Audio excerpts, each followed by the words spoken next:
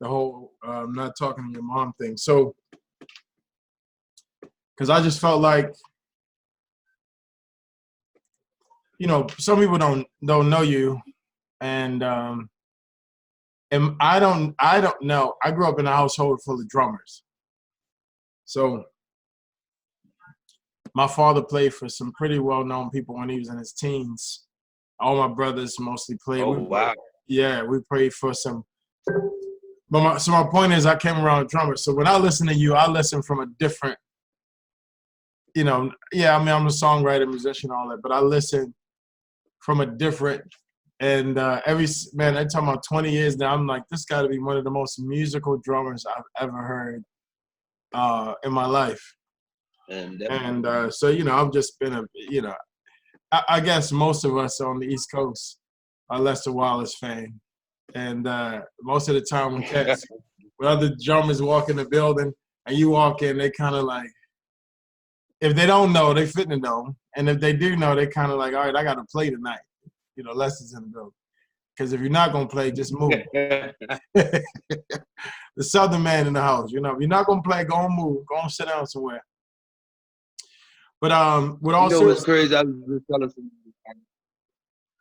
Baltimore was the first city I moved to that had like a competitive drive.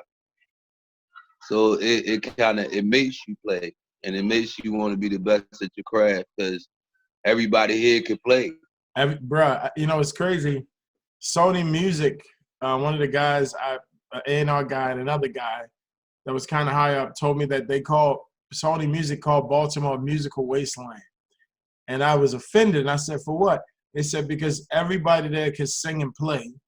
Nobody's impressed by nobody. So they said they would test music and different ideas in Baltimore. I know about 3 artists that were crushing on tour, came to Baltimore and we booed them. We were like, man, I got a cousin that sing better than that at the barbecue, It's a tough city musically. And so that's why to me. Well, I was touring that we used to encounter that on the road. We used to encounter that on the road, man. They used to say Baltimore was the hardest city to come through as far as performing. Yeah. It's the Mason-Dixon. If you impress Baltimore, you can get it. That's what they say. You press Baltimore, you get it. So yeah, so now so when people say Lester, when they say your name in a city that's already incredibly difficult, it's almost like there's Dennis Chambers and then there's the new cast. There's a couple, 2 or 3 names that without question come up. But I don't know anybody, it's like hip-hop artists and rappers who don't say Lester Wallace immediately in the discussion of drummers. Wow. So, yeah, it's crazy. It's crazy. But, yeah, I wanted to talk about, obviously, this is F4TV, so this is, the whole TV platform is Fathers Fighting for Families here. And we really just trying to bring awareness to what we feel is a really unfair system. We've had some families come on recently. A father came on with 4 daughters, and they said that I asked one of the daughters, do you feel like the justice, the police and all that protects children? She said no. She said no, they just go with whatever the woman says. And she begins to talk about how toxic her mother was. She wouldn't even give her mama, she wouldn't call her mama or mommy. She just called her by her first name only. Younger, she said, and she started talking about the trauma and stuff she'd been through. And I wanted to get your opinion, because I want to kind of talk about what you experienced, because in some circles they would say, that's just wild. And, but you always laugh. But there's a story. Huh? Yeah. That's what I do, because 9 times out of 10, people that says that is people that usually don't stand for anything. So they allow anything to happen and they allow anything to go on. Respect. One thing I learned in my life, because I'm a researcher by nature. One thing I learned, that anybody that stands for truth always get looked at crazy and always become a target, because those of us as believers, we know we live in a world that don't use truth as the persona. Sure. I always use the example of Rihanna, her song "I Love the Way You Lie," Mm. and real talk, that's the society we live in. They'll rather you tell them a beautiful lie than an ugly truth, That's and crazy. they'll rather accept and live with that lie than confront that truth. So like, I became comfortable with it. That's why I guess I've always been a loner, because I've never been one to go with the so-called status quo, and Hmm. that's because my upbringing. My grandparents raised me. Right. So my grandparents raised me down south to always, what do you stand for? And don't let nobody knock you off your. My grandfather used to always say, don't let nobody knock you off your box, even if that means your life. And this was structured at 4 and 5 years old. We were getting on the way to school. So like, but I understand like now, like even with my own kids, like these kids now, they don't go through a rites of passage. And then the sad thing is a lot of the parents that are parents now didn't get didn't get good tutelage from foundation. So it's like one generation raising another generation, but the vital points and the necessities that were needed are not being taught. And we So can see I that want to now. talk about that for you because I look at, I'm an 80s baby. So a lot of the people born in my generation, it's like,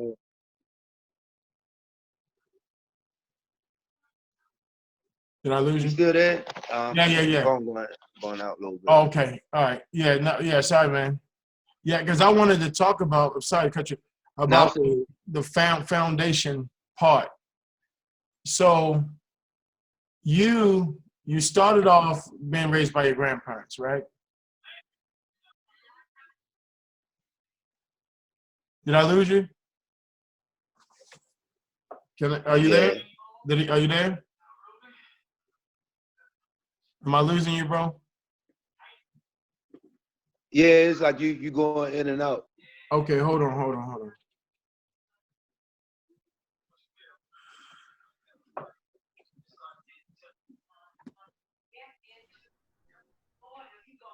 Is this better? Can you hear me at all, bro? Yeah, that's a little better. Okay, cool. All right, so Yep. you started off being raised by your grandparents, correct? Did it go out again? Yep. It went out again? Hold on.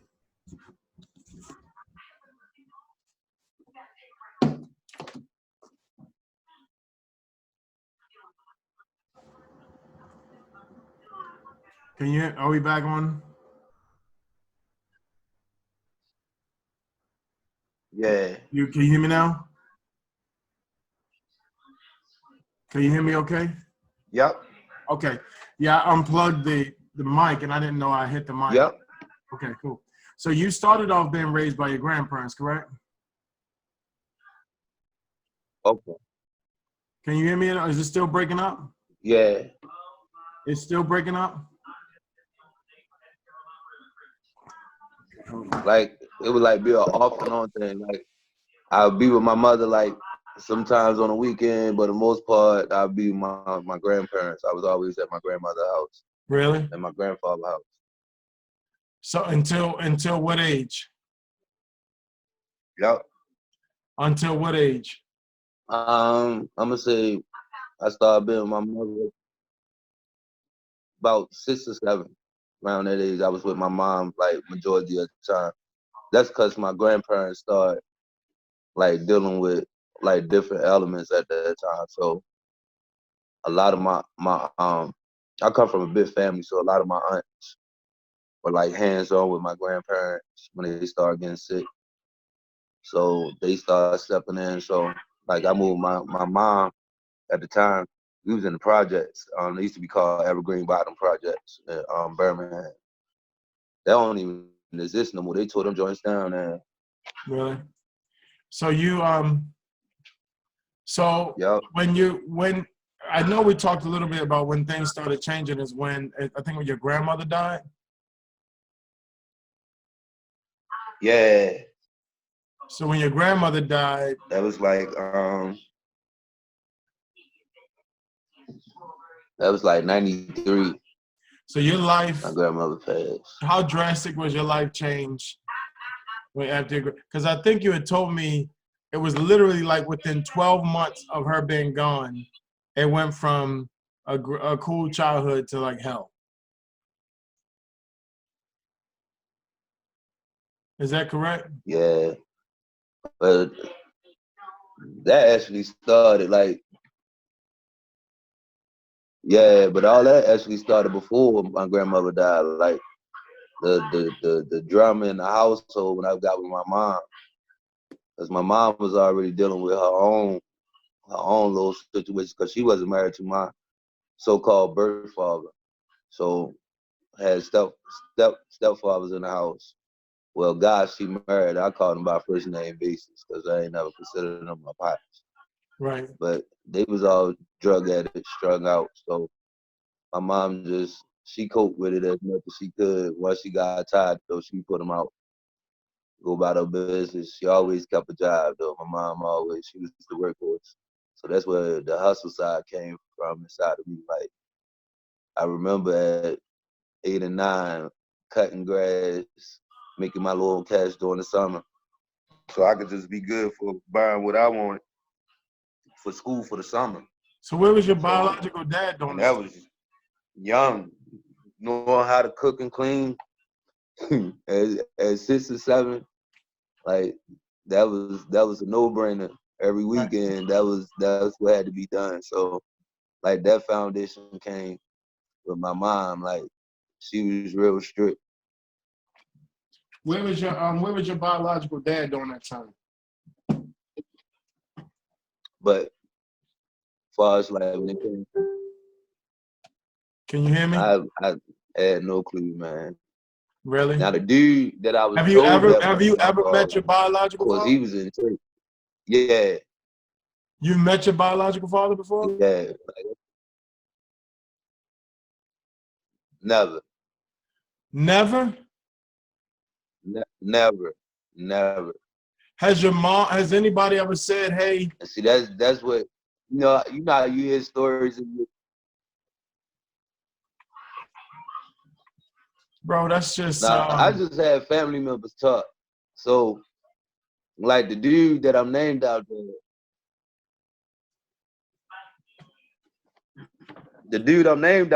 like I heard my family members would talk about his lifestyle. Like they be like, yeah, that's why your father a homosexual, all this dumbass shit. So I'd be like, whatever, and I would fight for the nigga honor until I got ready to come live but you with him. you thought that for a period he was actually your father. Yeah, heck yeah.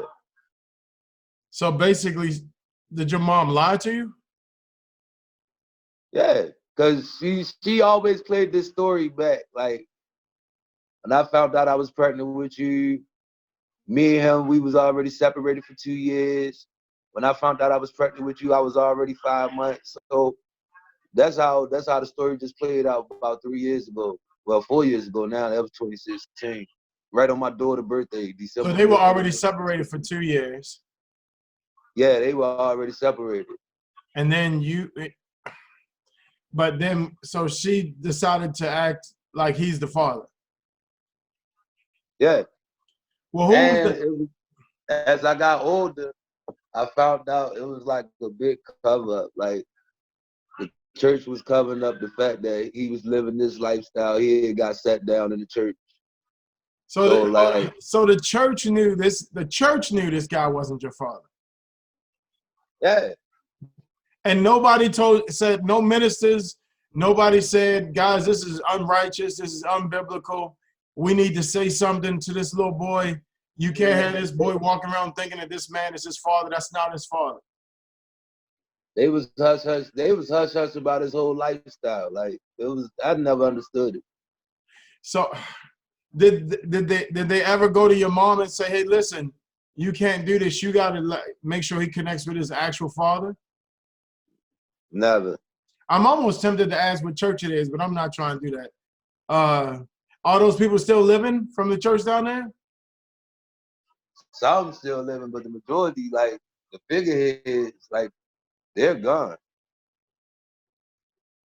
Like the one that was in charge of like the movement that I came out of, he passed away in 2000. Like right after my Did he ever 19th. apologize to you? Did my mother apologize? No, did any of them ever apologize?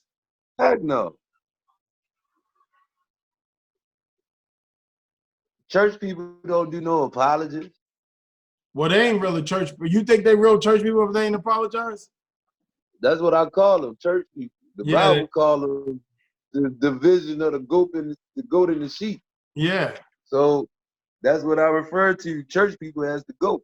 They the ones that come and buck against the vision anyway. They never be with the vision of kingdom or the vision of the household shepherd that's dead. So it's all a game and a fad.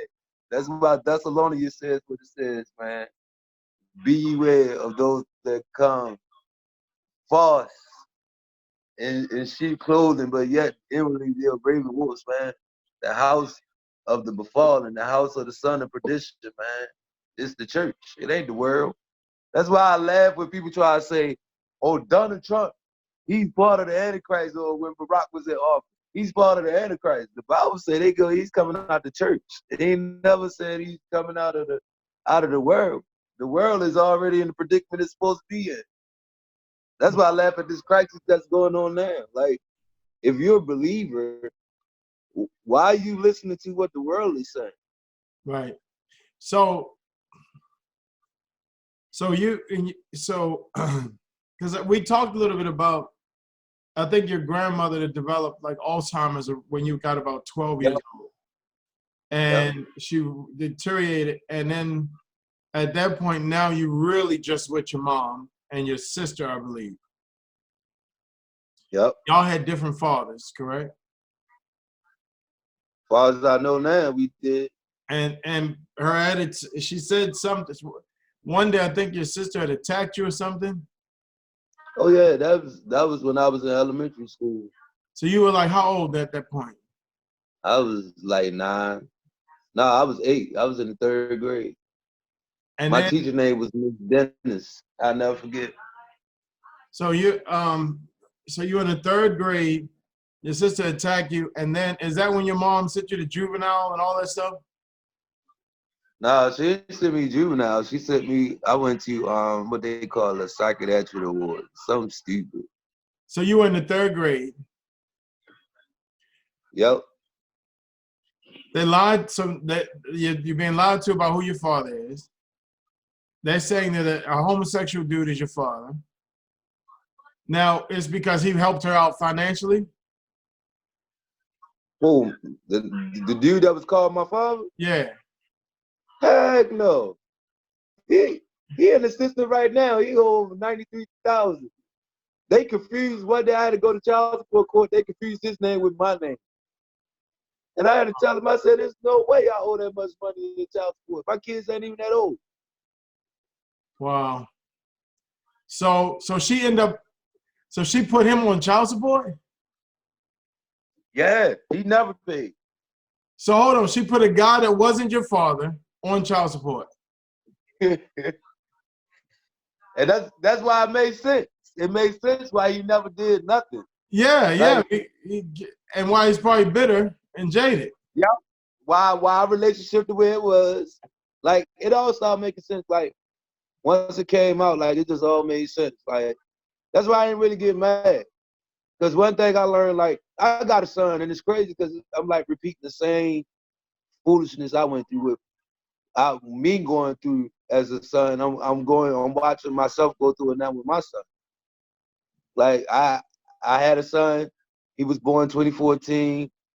I get into a situation with a police officer around the way on Frederick. I get locked up. I got to sit for 11 months because I refused to cop out to the charge. I got to sit 11 months, but during that time, my daughter's mom think it's smart to up and leave the state with my son. She leave the state with my son. I found out when I get home from jail, she lost my son to the state of North Carolina. Yeah. So like, How did she lose your son to the state? Man, she got into it. She was in some type of relationship with some dude down there. It was crazy. All in the process, Child Protective Service got involved, and my son got taken. The only blessed part about it is my son ended up with her sister. So like, I still have like some type of contact with my son, but I still got to get back to a place because I've been arrested, locked up, and I just had to explain this to my 17-year-old. She wilded out on me. And I'm like, yo, you don't understand. I've been to jail. Like, you don't come home and get back on your feet once you've been incarcerated. That ain't how that works. So let's talk about and when I'm you like, first got incarcerated. Was this when your mom sent you? So the beginning of you having issues with the law is? Oh yeah, my mother. My mother is the first person that ever turned me into anything. My mother. This is just, bro. This is the Baltimore, sickest. Birmingham City Youth Detention Center. And how old were you? Better known as Mount Med Detention Center in Montgomery, Alabama. How old were you, bro? 13. So now you're 13. She already put you in the psych ward at 9 years old. Now, was she a church lady? Was your mom a church lady? Yeah. She taught Christian education and all that. She taught Christian education. Yep. I keep hearing stories of these so-called women that are leaders in these churches. This is the most blown away thing that I say. I constantly ask people when I'm seeing kids, especially women with children, my first question is, where's the children's father? Right? They're like, oh no, this guy's taking care of him. No, not the guy that's taking care of him. Where is their father? Where's the actual child's father? I feel like if enough churches, leaders in churches started doing this, it would change our entire community. This is so sick. Exactly. But look, it's sad. The leaders are not there to be a peer mediator or to be a reconcile for the family. And I'm gonna tell you why I say this, because I go to my kids' church just to check on them. Like, their church is literally 6 minutes up the street from my house, my nigga. And that's like literally the only way I get to see them is going to their church just to check and make sure they're and good. Nobody in the ministry said, hey, how is the connection going with Nobody you? says nothing. Nobody says nothing. Bro, do you understand like that 90% of all scriptures on parenting is to the father? Yeah. So God has an intense attitude. Well. So, all right, so let's go back to I even asked my kid's mother, right? I said, why would you want to put our kids through the same repetitive cycle that you've been through? Like, why would that even make sense to you? But I realized, I just put posts up the other day on Facebook. Common sense ain't common no more, my nigga. Like, it's like they, and it's a society that made it where they don't care about the father. Like, they want you to pay child support, but they don't care about your living situation. They don't care whether you homeless, sleeping on the street, long as they get that check every 2 weeks or however way you supposed to pay your payments monthly. As long as you get it, they don't care. Like, I had a judge, I'm just coming home from jail. I just landed a little job. I'm taking my little money I can down there to child support. We go to child support court. I'm telling the judge what my daughter telling me what type of danger she in being at her mother's house. The judge fans me off like, so what? Like, why you telling me your this? daughter did your daughter tell us to the judge? And I'm telling her about my daughter's safety. Like, this is recorded in court, my nigga, like in front of the magistrate. And they just like fanning me off. So I zap out in the courtroom. And she like, you disrespect me again, Mr. Wallace, you'll be held in contempt. And I'm like, you must be retarded. Like, I just came home. So you locking me up is still not serving no purpose. Like, you're not serving no purpose, but you're locking me up. So this is your And I'm daughter. telling them, like, This current? This is recent? yeah, this is literally like 2 years ago, 2018. All right, so you came Yeah. up. I've been home. I've been home now. It's going on 5 years I've been home. I came home 2015. So since 2015, like, it's been a struggle with me just trying to financially, my nigga, get by and just stay on a level mode of being able to have a roof over my head, being able to buy food just for me to eat. This ain't including my kids right now. This just basic survival needs, my nigga. And just from that, playing drums has been what's been putting food on the table, paying the rent, making sure I'm good. But as you see right now, I can't do nothing. Like, we out of work. Everything shut down. But ain't now one of my kids' mother reached out and said, yo, you good? You need anything? They could care a rat's ass. They don't care. But you know what's crazy? My baby girl called me. My daughter, I just talked to her the other night, my daughter Brooke. She like, Daddy, I was worried about you. I just wanted to make sure you was good. Like, I'm all right. I'm maintaining. I'm navigating the best way I can. But like, the system is set up where they don't care about the baby mothers being worried about the kid's father, or the kid's father being worried about the kids or the kid's mother, because the system is already strategized that once you had a child and I witnessed it from my kids being born in the hospital. When you got a single mother that coming in where she having a child just by herself, you see the social worker in the room, you see all these other heads in the room that you ain't never heard of or seen before, where now they putting the female under these tests where, oh, we can take your child if X, Y, and Z come back positive, this, that, and the third. So like it's a, yeah, like that's a whole setup. But if a female come in there and she got the baby father with her, they whole tune change. Especially when they see they got a baby father that's conscious, he recognized what's going on, he care about the child well-being, and he's showing that he's going to be. They whole reality change, their whole attitude change. And I see it. I got 7. I'd have been there for 5 of my kids' birth. So like watching the action based off how a single mother is treated when the child father is not present in the hospital versus the mother that got the father that's dead, and how they're treated. So this is my concern. Like it's crazy. But my thing is, I just try to, now that my kids are older, like my oldest graduated from high school this year. Mm-hmm. And one thing I always try to drill in their head, like, you just gotta be better. Like, out of everything that's going on, like, you just gotta be better than this. Because it's sad, because kids don't ask to go through this. The part that's so heartbreaking is, and I believe I've talked to so many fathers. I'm in one group with almost 800,000 men, 166,000. Most of the fathers would be okay if they felt like the system protected their children. But I'm hearing across the board, these men are saying they don't care about my kids. They don't care what happens to my kids.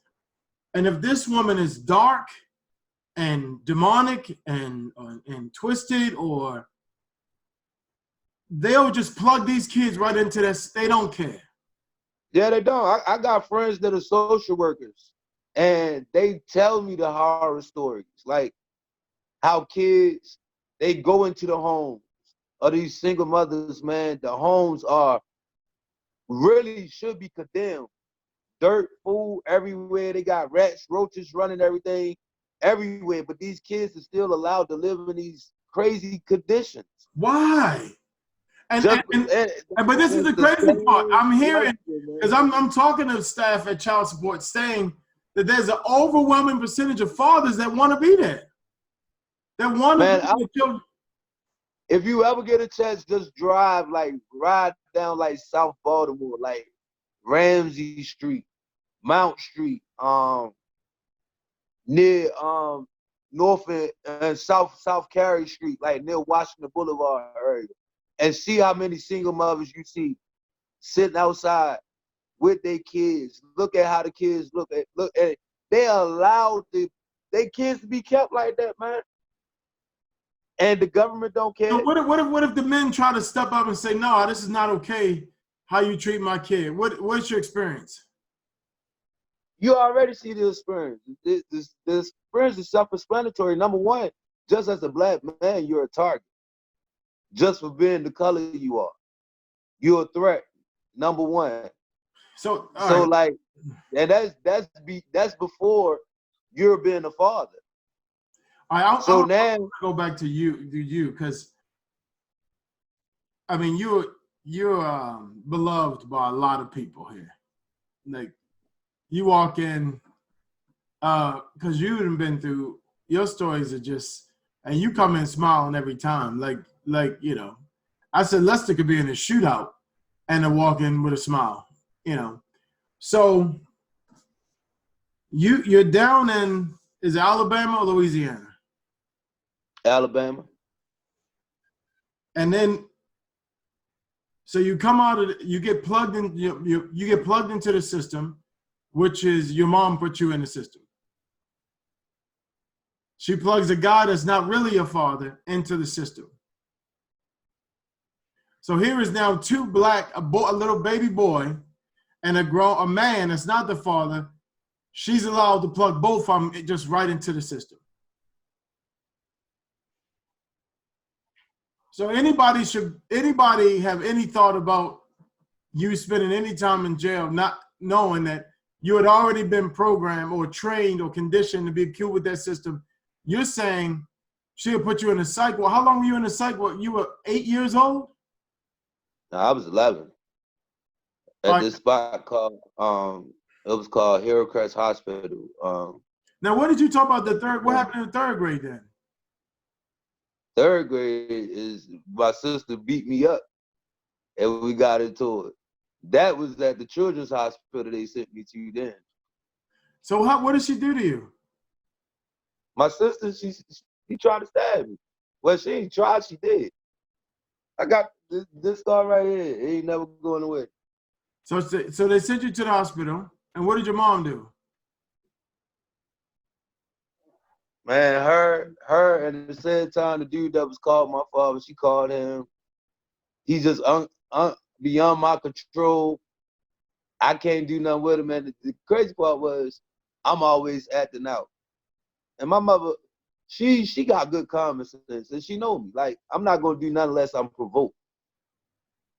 So, like, if I'm being provoked, I'm not gonna be a pushover, and that's her doing. So you 8 years old. That's my upbringing.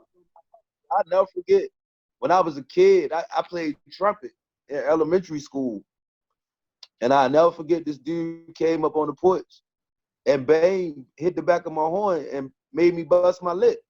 So my mother was standing at the door, and she was like, "If you don't beat his ass, you ain't coming in this house." So, like, I learned as a youngin', like that whole warrior side of me, that was birthed in me from a kid. Like, stand your ground. You don't let nobody push you over, none of that. You don't let nobody say what they want to you. Like, that was embedded in me from a kid. So, and that actually, like I said, started with my grandfather. Like, what you stand for. But I think you had told me that your actual father is a police officer. Yeah, the one that I was finally told that was the dad. Yeah. When were you told that was the father? 2016. A year after I came home from jail. What did you say to your mom? In the house having a discussion with. Oh, that conversation wasn't good at all.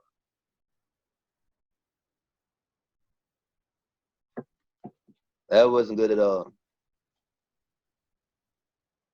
And then, like, after that conversation, that's when it got real crazy. She tried to have me arrested. So hold on. So who tells you the truth? Does she tell you the truth? Well, my mother. How did you find out? How did you find out that this police officer is actually your father? Oh, we was having an argument about religion. You know how I am when it gets on that notion. And I was just like, you go to a church where the pastor calls himself a bishop, but he not even in accordance with what the office of a bishop says he's supposed to be doing. You know, in Timothy, it said in order to be a bishop, you must be married to one wife, you must be a husband to one wife, and you must rule your family well first before you able to stand up in the house of God. This nigga ain't even married. Let alone he got a whole bunch of feminine ways and feminine tendencies, but she's a member of his church. Wow. So like at the end of the day, I'm like, yo, you connected to falsehood. And I'm like, everything like, and I'm like, you wonder why I don't connect with what you call church. I'm like, because it's not church. And I'm like, what my grandmother and grandfather raised us up in was more real than what they call in church. I'm like, I don't know what that is. I'm like, even in our upbringing, I believe we know who the Most High is. Like it was never a question on who the Most High was. But these people that call themselves Christians, they have no clue on who the Most High is. So I'm gonna retract, man, because so you come home, you get to the house, you talk about religion, and then so out of anger she says, or out of whatever, she says what? She say, well, at the end of the day, so what? She like just blatantly, so what, he ain't your father? I meant what I said. And it was just like she was so blatant with it. So before I knew it, I was just like, you're a piece of shit. And she was like, oh, you're not gonna disrespect me in my house. So like it went to that level. So and I'm like, yo, you lied to me my whole life about who my father is. And I'm like, I ain't supposed to feel no type of way. And then it was crazy. Like I made a post about it. Like I made a post about it on Facebook. Like I was pissed. And I got people telling me, oh, you don't need to be trying to put your mother on blast like this. I'm like, yo, y'all don't even understand. My very first hurt came from family. So like, I don't even expect people that I don't know to hurt me. I look for the niggas that say, yo, you my dog, you my homie. That's where I look for the hurt to come from. Because so you feel like hurt always comes from those that I hold close to me. You feel like your first betrayal was honestly your mother. Yeah, my mother. From day one. I was reading something that said, and I wanted to get your opinion on this, that the most dangerous, I saw the quote and then I saw the stats beside it. It said the most dangerous thing for Black children right now, especially in the inner city, and Black men, is the Black woman. And then they said Black women are 7 times more likely to have their children and their partner or the children's father stand in front of the court, in front of a judge or the system as a criminal, and they've never committed a crime. Their children or their men, they're 7 times more likely to plug them into an abusive system than all the other races. That's true. We just witnessed that. What's the movie they just put out a couple of months back last year that got a lot of statement and got that lawyer from New York fired? All right, with the guys. What was the name of that movie? With the five little black boys. Yeah. You witnessed that, the scene with the father. When the father came in to protect his son, and because he had just recently came home from being in jail, he was shook. So he was in the place of vulnerability. So they basically put him in a place where he had to basically turn against his son. Or he'd have been put back in the system. Him knowing the character of his son And him knowing what his son was capable of, he still had to go against the judgment of his own self to protect himself, so he wouldn't be put back in the system because of his son. And look at the effects of that now. Like it's crazy. Like our people. Now, how old is your son in North Carolina? He just turned 6, February 19th. He's a little fella. Do you plan on getting him? Yeah, that's my goal. That's definitely my goal. Is he your only boy? My only boy. I got 6 girls and 1 boy. He my only boy. That gotta hurt, bro. Yeah, it did. Especially coming home. I'm coming home from jail, and I'm opening up a letter to find out my son at Did she 4 give you or a letter 5 in months. prison? Did she tell you while you were locked up, hey, I'm gonna move? Did she say anything to you about Does she know that this is your only son? Yeah, she knows she got my only son. Did she know how you felt about that? Yeah, you know what's crazy? She's here in Baltimore while my son is in North Carolina. Did she go get him? Nah. Did anybody in her family or community say to her, this is abusive. You can't leave your son down there. A 6-year-old boy. Nobody. Did anybody in her church say, sis, this is wrong? Open up the Bible. Have you heard anybody come to you and say, hey, bro, we talked to her about that? It's so bad. Her sister is like convinced like it's cool to like raise my son like as her own, knowing that I'm not no terrible father.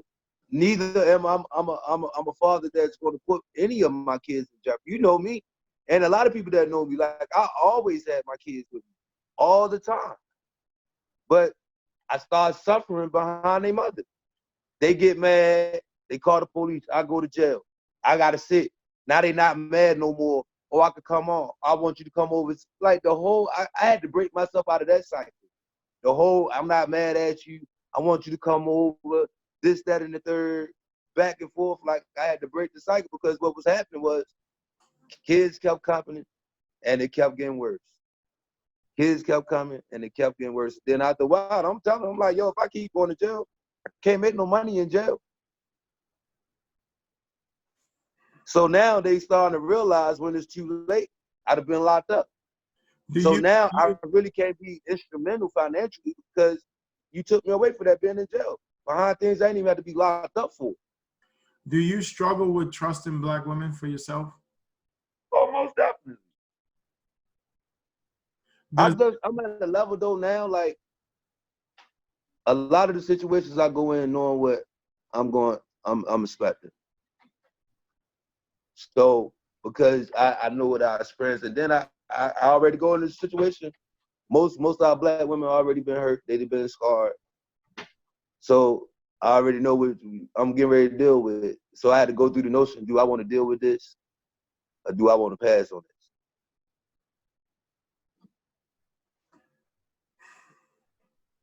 But they've been scarred. I'm just telling you as a guy, you know, I'm grateful to God I grew up with both, you know, my mom and dad. And if nobody ever told you man to man, if nobody ever told you the little boy less, you know, the small guy, bro, I'm so sorry, man. Like you never deserved a path like that. You never deserved a life like that. You never deserved that kind of pain. You never deserve to be plugged into a system as a baby, seriously, essentially a baby, plugged into a, well, I mean, what was that like, being plugged into the system? Ain't nobody there. She left the light on. Is that one of your little ones?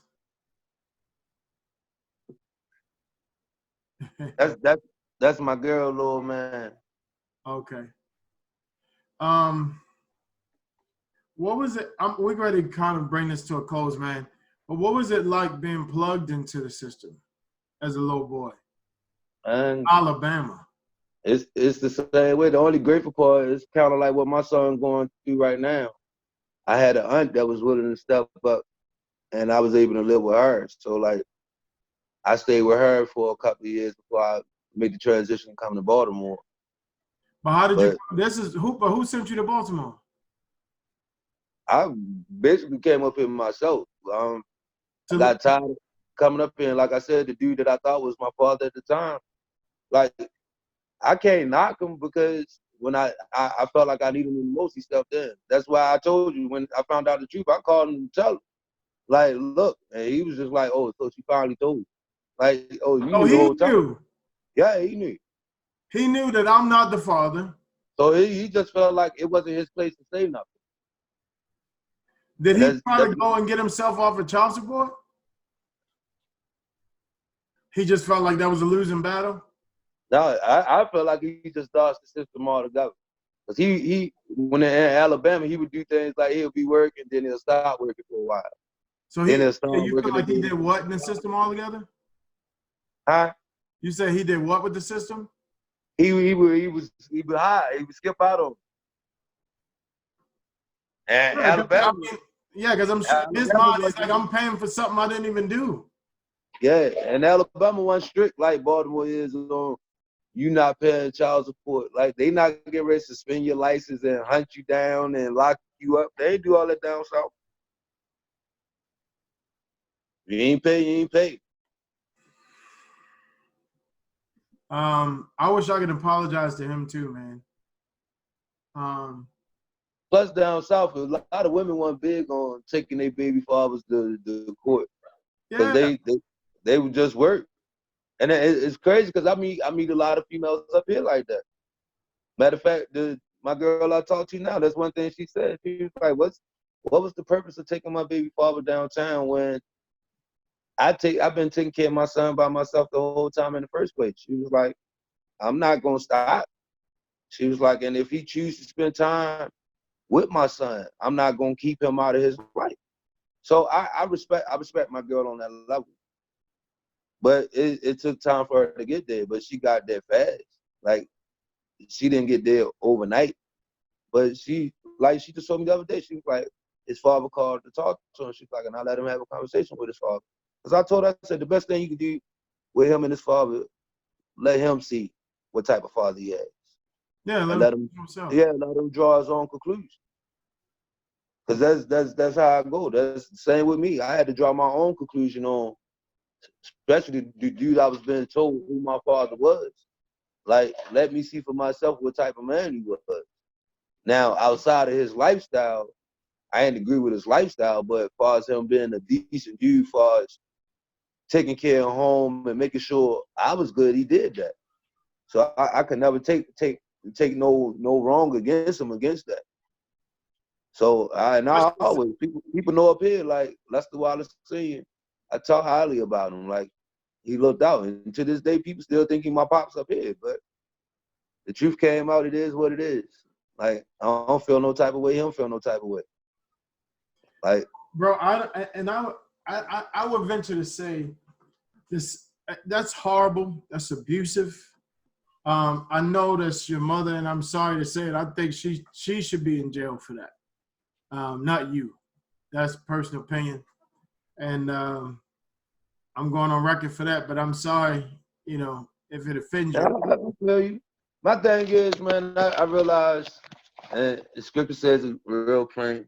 Those I call my sons are correct. So I feel like I ain't asked for my upbringing. I ain't asked to be born into what I was born into, but I think I was born into what I was born into to make me who I am and what I am today, like to build like the others. Cause I got homies that went through the same thing I went through. Cause you know me, I was a street head. Like, and you was one of the ones that was actually sit down and made sense in like a couple of hours for real, of what I was supposedly be getting taught over a pulpit. You made it make sense. And the key thing to this day, I still remember what you told me was, you just gotta learn balance. And I still remember the analogy you made. You was like, can't no airplane fly with one wing. It's got two rings for a reason, to balance itself. Yeah. And he was like, that's how life works. You gotta learn how to balance life. So like that always stuck with me. That's been almost over 20 years ago since we had that conversation. But It's like little nuggets like that. And I call it my big brothers. Like, y'all just said it, like certain little nuggets of knowledge that like really kept me safe in the streets. Like taught me how to move, taught me how not to move, when to do this and when not to do that, because I listen. And then the sad part, that's what the youngest suffering with now. They don't want to listen. And the sad part is they've been birthed into survival situations. Right. But a lot of them, they ain't got a mama or a dad. Because the mama outside tricking off high, and the father ain't nowhere to be found. Or she don't even know who the daddy is. So like, I said, man, last summer, you know, I live around Park Heights. So last summer, I was just outside, and it was like 30 little kids running around the neighborhood. And it was like 3 o'clock in the morning. What? Yes, y'all. And they all looked like they was under the age of 15. I said the only good part was, I said the good thing is they in a group. So ain't nobody, too many people gonna try to harm or mess with them when they see like 30 or 40 kids. They gonna kind of walk away, leave them alone. But what about that one that's straggling by themselves that's out there? And ain't nobody around to see him. Like, just seeing all these kids that's been grabbed up and stolen. Like me and my daughter's mom got into a couple years ago. My daughter had went to the playground and she got banked at the playground. And my first reaction was like, where was your mother? And my baby girl was like, mommy was in the house watching TV. I'm like, she was watching TV. So I got mad because I'm like, yo, when have you ever seen me take my kids to the playground and I leave them by themselves? I'm like, first of all, how far was the playground from where she lived? It was far enough where she couldn't look out her door and look down the street to see what was going on. Like she lived out. We have 4 years of court cases. 4 years. Millions of moms are doing this stuff. Yeah, man. So like situation like that. And my daughter, I told her, I was upset because they scratched her face. I got beautiful girls. So I got come, I see my daughter's face all scratched up because she outside fighting. When she didn't have to be fighting, if her mother would just sit outside with her while they was at the playground. Then I found out what they fighting about, the little girls. Oh, your daughter thought she was better than us. Like little catty stuff. And I'm like, what? But my thing was, I'm telling my daughter's mom, like, forget the fight. I said, let's think about these pedophiles that live around here in this neighborhood. You live in Anne Arundel County. I'm like, they got a high percentage rate of pedophiles and child molesters in that area. I'm like, you got to think about where you're living at, yo. You can't just have my daughter walking outside by herself and you not know what's going on or you not know where she at. How's your daughter doing now? She doing well, man. Okay. She's 17 now, got a job, got a little side job doing hair. She go to North County High School. She's doing real good. But like, even in that situation, I had to have a conversation with her because I put on Facebook like the indoctrination of certain parents, like they putting certain ideology in their kids' heads based off how they feel against the child's father. Like it's crazy. Like I had a mother tell me like, you better off dead. And I'm like, I've never said that to you. Like, why would you even fish your mouth? Like, what do you do? And I'm like, you only saying that because I've been locked up. Like, you don't come home and just get right back into whatever you left when you've been gone for years. That ain't how the system works. So she like, you ain't instrument. I'm like, so when you been taken off the streets? When they took you away from your job? So you couldn't make no money and start paying you $2.75 a day. Paying you once a month in the jail, and the only money they paying you in the jail is just enough money for you to buy commissary. Like I found out being locked up in DOC, that's the real slave system. You found out instantly when you become an inmate in DOC, you are a slave. It don't even change. Bro, from your mom plugging you into the system to women who told you they loved you, wanted to have a child with you, and then plugging you into the system, obviously everybody, you know, you got to take ownership for some stuff, but what's your, we're going to end with this. What's your next, so your goal is to get your son, the 6-year-old. Do you have any kind of legal support or any kind of anything around helping you get your son? Right now? Nah. Are you trying to get custody Everything of him, or what are you trying to do? everything is self-sufficient right now. My only thing for the courts, he's in Cumberland County in Fayetteville. So their rules the same rules as Baltimore City.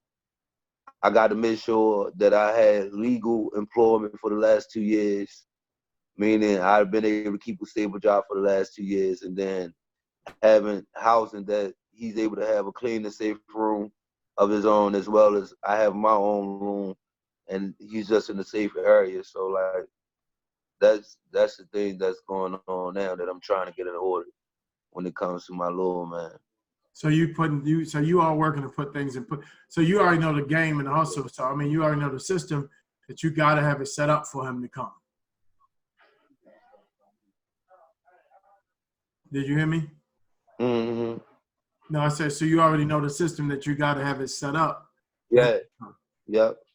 Listen, man, I'll be checking in with you as the months come in to kind of see how that's going, because that's your only boy. And I know it sounds like you want to try to break some generational poor choices or some habits. And Yeah. so you want to give him a different story.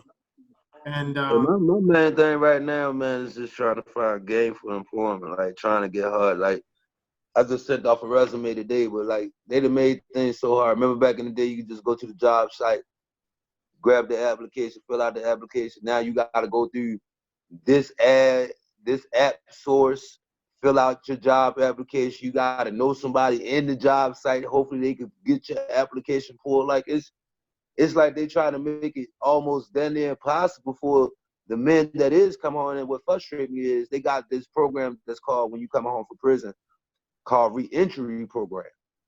So it's like they supposed to be setting you up where you able to come into the job market out of jail. But it never ever happens that way. And especially if you locked up and you don't got a lot of time, you're what we call short time. If you're a short timer, you don't get no help. And all they do, your little 60 or your little 18 months, your little 2 years after you do your little time, they let you out them doors with $50 and they send you on your way. So that's why it becomes a revolving door process. Because if you sending me home with $50 in my pocket and I ain't got no other source of income once I get home, they gonna go back to what they know.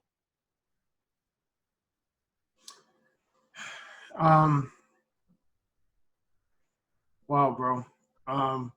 Hats off to you, man, fighting to stay in your kids' life, fighting to father your kids, despite all of that. I know now you're probably making different choices in a partner, Oh, yeah, most definitely. especially with a woman in a relationship. It's like, I tell guys all the time, it's a tremendous difference from a project and a partner. And as we get older, we realize, you know what, I want an actual partner, not just a project. So I'm praying that your partnership now with your lady goes well. It's, you know, I pray it goes well. So, bro, I'm gonna wrap it up, man. I'm gonna call it a night. This is recorded, so all you guys get a chance to play this again and listen to one of the greatest musicians, probably without question, on the East Coast. I would say one of the greatest guys in the United States alive. But it's incredible. You just absolutely is musically a genius. And I want to, on behalf of all the children, man, and the fathers, thank you so much for fighting to stay in your kids' lives. You that's got your heart broken. Yeah, you could have said, man, no, forget it. You could have, but the fact that you still keep fighting and stay connected to your kids, bro, hats off to you for that. And I'll be praying that it all works out, especially with your son. Definitely. All right? We'll be talking soon, more soon, champ. I appreciate it, bro. Proud of you, man. Same here. All right, Doc.